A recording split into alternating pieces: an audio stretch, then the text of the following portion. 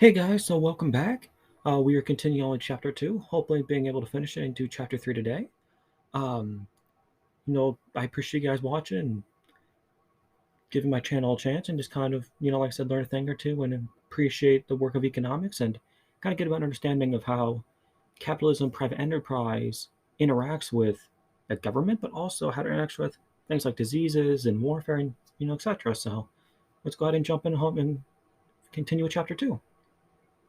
So above all, it is the economic system, the division of production inside almost all enterprises between a minority of employers profiting from a majority of employees that concentrates wealth and power. The needs and demands of that concentrated wealth and power dominate what our governments do and do not. The system is the problem.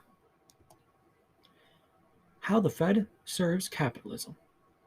The Federal Reserve, or quote, the Fed, is the central bank of the United States and was created in 1913. It is their job, roughly, to keep price stability so we don't have inflation on the one hand and deflation on the other. They also manipulate the American money supply so there's enough money to keep the economy going in a reasonable way, but not too much as that inflation happens. Finally, we've wanted the Federal Reserve to help moderate the business cycles, i.e., these terrible downturns, recessions, depressions, crashes, and busts that occur every 4 to 7 years and are so personally difficult, painful, costly, and disruptive. The Federal Reserve is a creature of capitalism. It had to be established by the Congress and signed into law by the President. The corporate sector of our economy, always a dominant influence, was behind it. It was created to serve the reproduction of capitalism, and that is what it does to this day. What is the Fed's record? It has kept prices often far from going off the rails. Well, we'll never know if the prices would have gone crazy if it hadn't been for the Federal Reserve. That might have happened, and there certainly were times when the Federal Reserve tried to stop it, and it didn't work. The record of the Federal Reserve on price stability is mixed, but it looks as though it helped some, and so there's no reason not to continue to have it monitor prices and try to intervene by adding or subtracting from the money supply to keep the prices from sharp inflations or deflations. When it comes to their ability to interfere in business cycles and moderate them, the Fed's record is spottier. If anyone imagined that the Federal Reserve would eliminate business cycles, then you're looking at a total failure, as they haven't been able to do that. We're in a terrible one now, and it's the third one of this new century. Clearly, the Federal Reserve can't prevent, and it doesn't look like it's really good at moderating, our business cycles. The one in 2008 and the one now are among the worst 5 in the endless cycles that have characterized capitalism for over 3 centuries. Well then, what can we say about the Federal Reserve? Firstly, it doesn't make much sense to focus your anger, upset, or opposition on that part of the system. It was created by the capitalist system. Its problems are those of the capitalist system, and has had a mixed record of doing what it was designed to do, i.e., manage those problems or at least keep them from destroying the system. Nothing was ever expected or given to the Federal Reserve to control or shape what's going on. Some of you will say, isn't it having a bigger influence now? The answer is yes. That's why partly you're asking the question, and partly why it's getting so much attention. But that's not chiefly because the Federal Reserve is doing new and different things. It's more because the capitalist system is facing new, different, and much deeper problems. We've had cycles every 4 to 7 years, but the last 2, the one in 2008 and the one now, are among the worst in our history. The Federal Reserve has had a big role to play, because the problems it is supposed to solve are bigger than they ever have been. One of the major responses of the Federal Reserve to the crash in 2008, and now the crash in 2020, has been to do what they have always done, dropping interest rates. The interest rates have been dropped to help the economy by making it cheaper for corporations to borrow, to invest, for individuals to borrow to buy a car or home, etc. We've dropped them not just a little, but virtually to 0.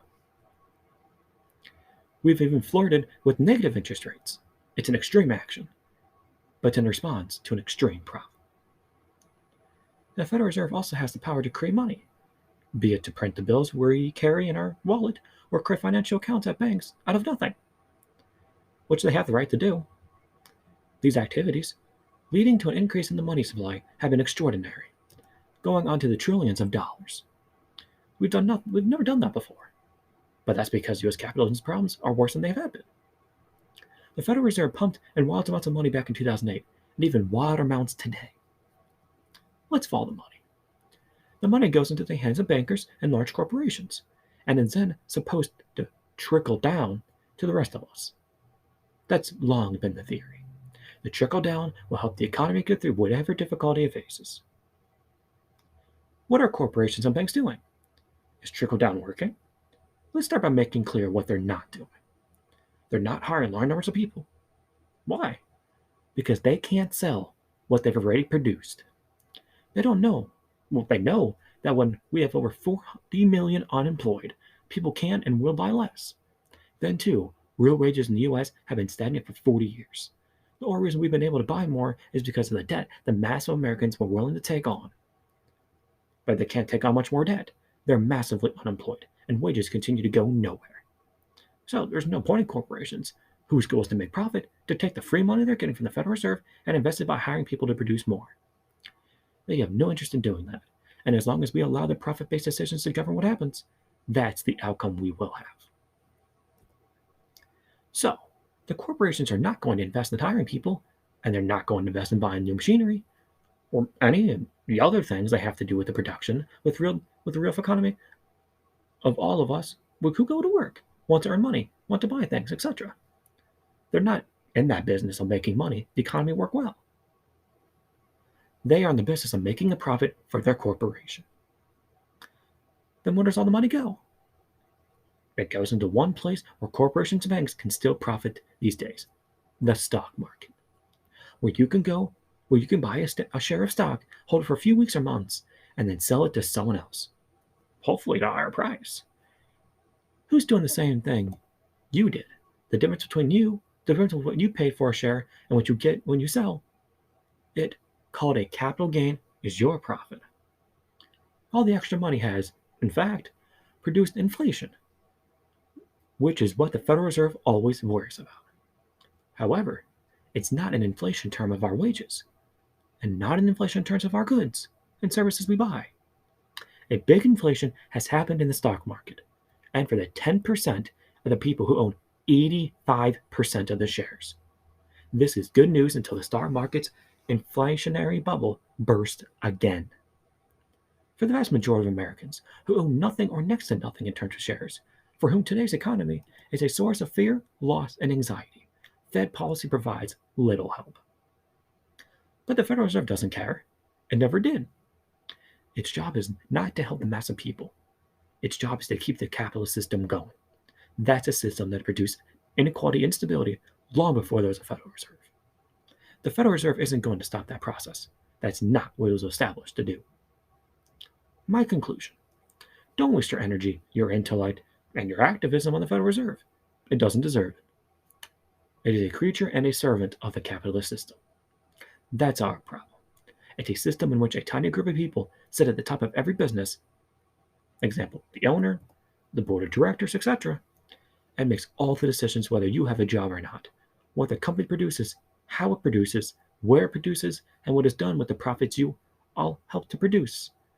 That's the problem, and our government serves that system. Capitalism, the system, is the problem. The Federal Reserve is not. It's a mere institution within and serving the system, which is the problem. Next, capitalist reality versus conservative ideology. Recent news reports have exposed a certain scandal surrounding the government's payroll protection program, known as PPP, a government stimulus effort to help small businesses now that capitalism has crashed here in the United States. The scandal concerns the fact that the very people who've been specializing over the last 30 years, if not much longer, in attacking the government as an economic burden, unnecessary, inadequate, inappropriate, etc., have now been exposed for rushing to this payroll protection program for free money. Those taking government handouts now include the press secretary of President Trump, as well as his close family members and his political cronies. I liked most of the application by the Ayn Rand Institute, an institute developed around the personality and work of one of the loudest conservative writers ever to have set foot here in the United States. The libertarian anti-government Ayn Rand Institute got somewhere between $1 to $2 million out of this governmental program. The president's press secretary, Kayleigh McEnany, was quoted as having celebrated removing welfare recipients from getting government money on the grounds that it's important to wean them away from government dependence. For her, the way you wean them away is to deny them a job, decent salary, and appropriate housing. For her, the best way to help someone in need is to take away their benefits. This same press secretary is one of many conservatives who advocate against the government and then fall all over themselves to get the government's money. McEnany's parents received $1 to $2 million in PPP loans for their company, despite having more than 100 employees, thus not qualifying for a small business loan. There's a certain humor attached to their being exposed this way. It's sort of like capitalism refuting the conservatives who are trying so desperately to support it. They have gone so far. Over the top of that, the system itself smacks them in the face as if to say, hey, take it easy. But that's not the part of the scandal that concerns me. The conservative community lives in a world other than the one that real capitalism lives in. The conservative community believes in a kind of capitalism that exists mostly in the textbooks of college economic courses and in the minds and fantasies of conservatives. This kind of capitalism doesn't need the government, doesn't want the government, and thinks the government should be minimal, if not totally eliminated from society. But the reality is that the government has been a central support for capitalism throughout its history, and I want to go through a few of the ways in which the government has always been crucial to supporting capitalism. Money makes the world go round more in capitalism than in any other system. A few centuries ago, early capitalists tried to let the money supply to be controlled and ran as private enterprise. That didn't work out so well. Why? Because the people who got their hands on that control of the money, mostly bankers, abused their control so badly that in the end the society and even the bankers understood you can't leave it in private hands. And do you know who got the job of controlling the money supply?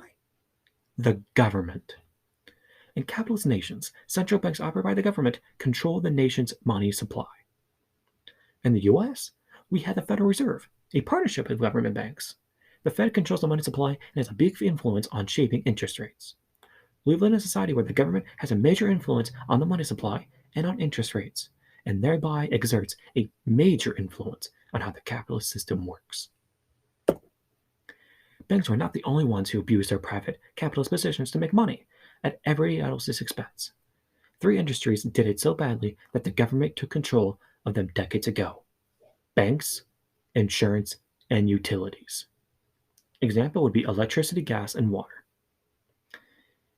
The government tells these industries how much they can charge, which limits their profits. Every one of the 50 states have a utilities commission to control that industry. It's the same with insurance. The government controls all of that to a limited extent because private capitalism can't be trusted.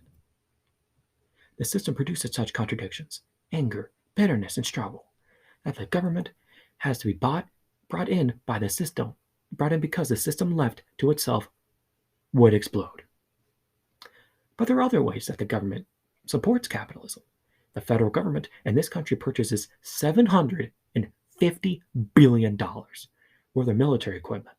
It gives military producers huge contracts, virtually guaranteeing their profitability. What a wonderful thing for them. They have one customer, and that customer takes good care of them. By this standard alone, the government is crucial to an economy if it spends $750 billion just on the military. To not look at the role of the government supporting countless industries and countless communities with its purchases is naive. Here's another example. When people can't get to work, we have millions of those. The government intervenes and gives them various kinds of support. If you didn't do that, those people would become desperate. The government does not hire them because that would be competitive with the private sector, which opposes it. The government simply gives an unemployment check. This is wise because if these people have nothing else to lose, then who knows what might happen. For another example, take public education. The government educates the vast majority of people, not just K through 12, but roughly the 75% of college students are educated in public colleges and universities. The governments pay a big portion of the bills necessary for these institutions to work. This education means that the workers are much more productive employees of private capitalists than they would be otherwise. This saves the private capitalist employer the cost of educating and training much of the labor force they employ. It's a direct subsidy to capitalist employers, isn't it? Sure, private enterprises can pick at the edges. Charter schools can offer to run their own operations, but what they really want is the government to pay for it. That's what the charter school movement among religious fundamentalists is all about. They want the government to pay, but they want to teach their particular religion to their particular audiences. It's not a general argument about what the state does or doesn't do, because when they set up their little private schools, they look for and demand and fight all the way to the Supreme Court to get the government to pay for them. The notion of capitalism without government is a utopian fantasy. It never existed, it has no prospect of existing, and is a peculiarly weird concept now that everybody, including the Ayn Rand Institute, has their hand out from the government to save them. The next time you hear someone spout conservative notions about the benefits of small or no government, recognize it for the smokescreen it is. A way to pretend that capitalists haven't always relied on governments to serve them. Finally, we are here at Chapter 3. Capitalism and Pandemic. Social illness that affects us all. Part 1 of Chapter 3. How capitalism and racism support each other. Racism is so often applied to U.S. prison statistics and policing, to data on differences in employment, housing, wealth, and income distributions, college enrollments, film awards, and so much more, and to hardening hostilities toward immigration. At the same time, racism is so often condemned, at least in mainstream media, dominant political circles, and most intellectual and academic institutions. Racism persistence where the capitalist economic system prevails raises the question of the connection between capitalism and racism. Many societies are structured and operate to subordinate one or more portions of their population. Politically, culturally, economically, or in combinations of these ways while privileging others. Among the successive generations born into societies with such subordinations, some will challenge and seek to change their condition. Force can try to maintain subordination, but it is costly, dangerous, and often unsuccessful. The preferred method has rather been A, to develop an idea that justifies the subordination, and B, to install that idea as deeply as possible into thinking of both the subordinated and the privileged. One such idea is race, the notion that sets of inherent, often deemed natural qualities between differentiated groups of people from one another in fundamental ways. This idea of race can then be used to explain the subordination of some of the privileges and of others as effects of the racial differences. The concept of race thus accomplishes a reversal. Instead of being a produced idea and ex post justification of structures of social subordination, race morphs instead into some pre-existing reality that caused or enabled the subordination. We know how and why racism worked often to support slavery on the world and especially in the early United States. Masters endorsed and promoted ideas that justified slaves as subordinated because they were an inferior race. Racist ideology also sometimes supported feudalism by dividing lords and serfs into different races. Indeed, some early capitalist systems likewise racially distinguished employers from employees. However, capitalism presents a more complex case because it often made individual freedom central to its supportive ideologies. Opponents of slavery could use that ideology to fight for slavery's abolition. Yet capitalism history nonetheless keeps exhibiting both the idea of race and racism and the evidence marshaled by, among others, Manning Marable and how capitalism underdeveloped Black America. From 1983. Certainly documents capitalism's subordination of many African Americans. Do racism and capitalism then support one another? As per Malcolm X's famous statement, you can't have capitalism without racism. Should we follow Adolph Reed Jr.'s perspective in his 2013 New Labor Forum article, Marx, Race, and Neoliberalism, that sees racism as historically specific ideology that emerged, took shape, and has evolved as a constituent element within capitalism.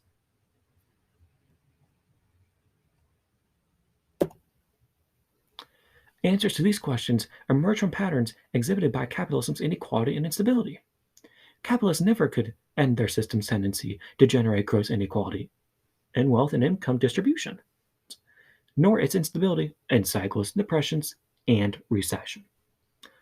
Both those features of capitalism have contributed to ongoing social injustice and oppositional social movements. Had the heavy burdens of recurring business cycles, periodic unemployment, and its multiple consequences been distributed roughly equally or randomly across societies where capitalism prevailed, threatening and frightening everyone. Those oppositional movements might well have gathered the broad support needed to consign capitalism to an early demise. However, those burdens were never distributed equally or randomly. Some suffered them disproportionately and repeatedly resulting in social subordination. Others were relatively privileged, exempted from those burdens partially or totally. Yet, in their struggles to displace slavery and feudalism as societies, prevalent pre-capitalist economic systems, supporters of capitalism had often promised that it would differ from those systems by guaranteeing everyone liberty, equality, and brotherhood or solidarity.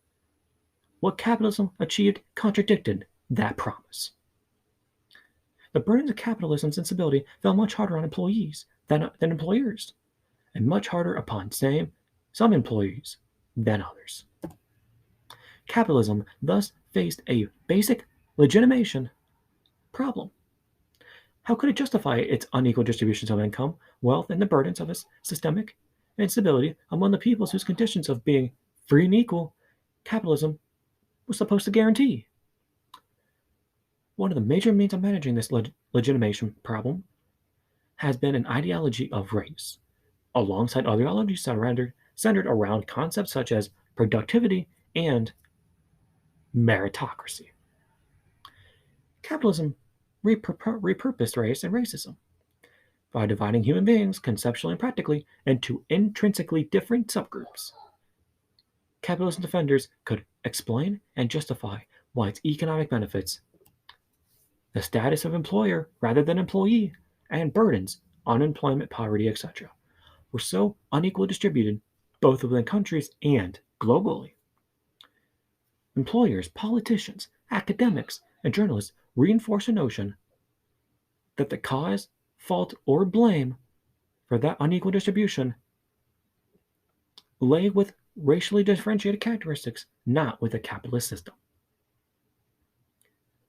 Certain population groups, conceived as races, were deemed underdeveloped, incapable, irrational, and/or psychologically disqualified in relation to capitalism's productive rigors.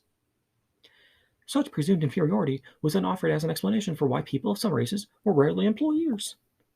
And among employees were those last hired and first fired, poorly paid, ghettoized, etc. Such races, often non-whites, were, in effect, assigned to play the role of shock absorbers and enforce capitalist business cycles.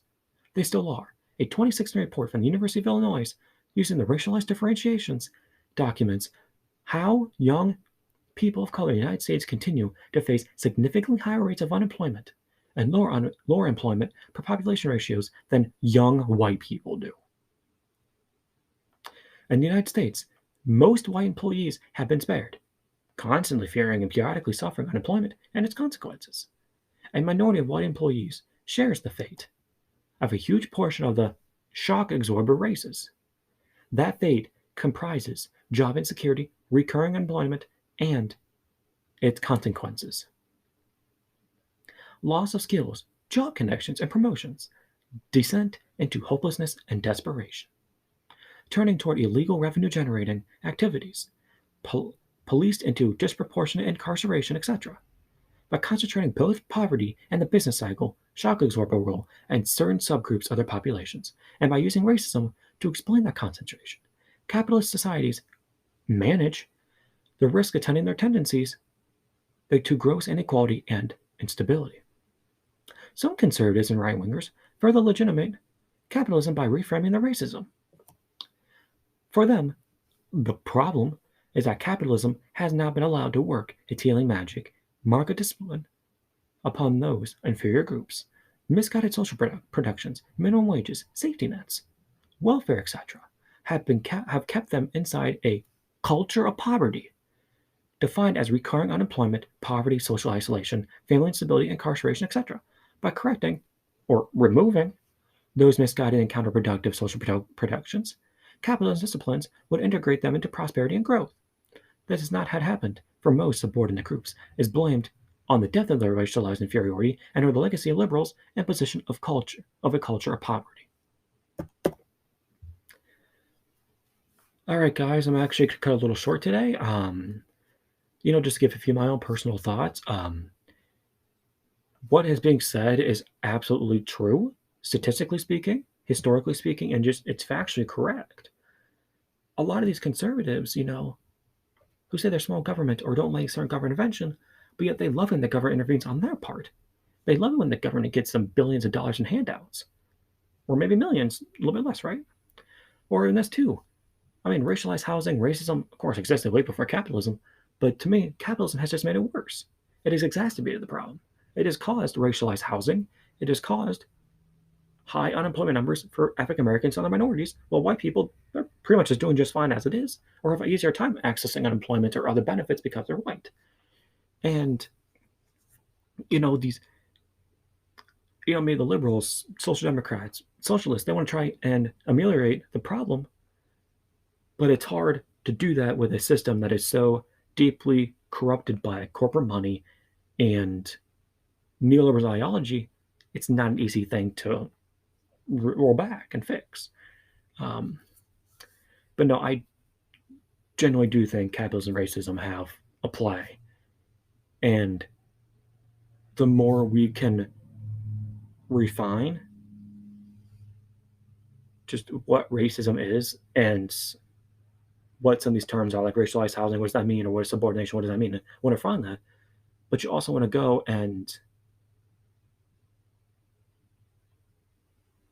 tackle the issue. You want to remove these problems and restructure in a way that is going to help everybody and be something. You don't need like you said, a shock absorber. You don't need a shock absorber. You don't need something that's disproportionately affecting one group or another. You want everything to be in one collective society where everyone's treated equally and fairly. No more slavery, because you mentioned prisons. We still have slavery in prisons today. It was never abolished in the first place. And it's in this book, we're really going to dive deep into how the system really works in the United States, or like they call it, the United Corporations of America. And really just, you look at government spending and the programs of spending, like I mentioned, the military, 750 billion, which I think now it's almost 770 plus billion. What's the need for that when you have a pandemic?